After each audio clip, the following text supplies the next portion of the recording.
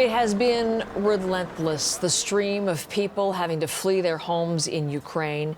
We learned today from the WHO that an estimated 6.7 million people have been internally displaced, so they're still inside Ukraine.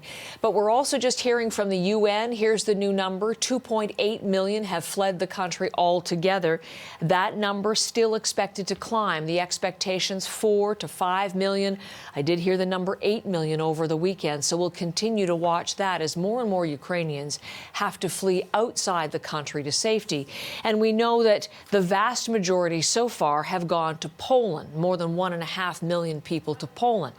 On the Ukraine-Polish border, we find this morning NBC reporter Jay Gray with the very latest on that humanitarian crisis. Jay, good morning. What is happening there this morning?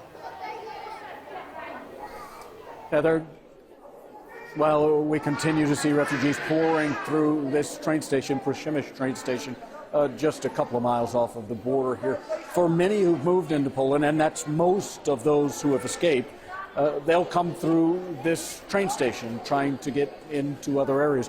We heard, though, this weekend from the mayors of both Warsaw and Krakow, the two biggest cities in Poland, saying that they've been stretched to their limits, that they really have nowhere else to place any of these refugees, not long term, that they can move through and then move on. And we know as part of that, yesterday, Warsaw added 19 new outbound trains, 17 new outbound trains, 9 of those going to Berlin and the 8 others going to the Czech Republic. And so you can see it's becoming a problem. We think, and we get these reports from the border, that things have slowed down a bit as far as those moving in.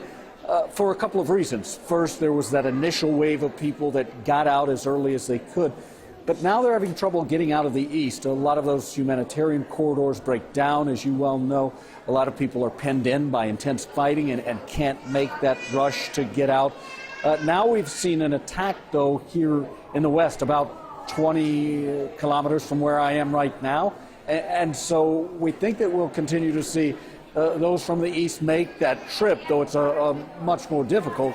Now you may start seeing some people from the west who have, to this point, felt kind of isolated and safe, making the move as well. And that's what worries so many here in Poland. And Jay, as you speak to those people, as I'm sure you are there at the train station, what are the stories that you're hearing from them that are really lingering for you?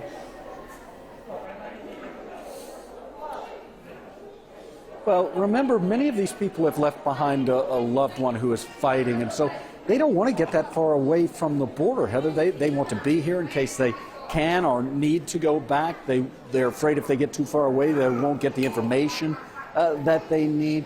And then just the idea for many of these folks that we've talked to of coming through the fighting to get here. The stories have become much more graphic, much more intense as far as fighting is concerned for those that are making it across the border, and you worry because you know that the fighting is picking up, and so that's only going to escalate.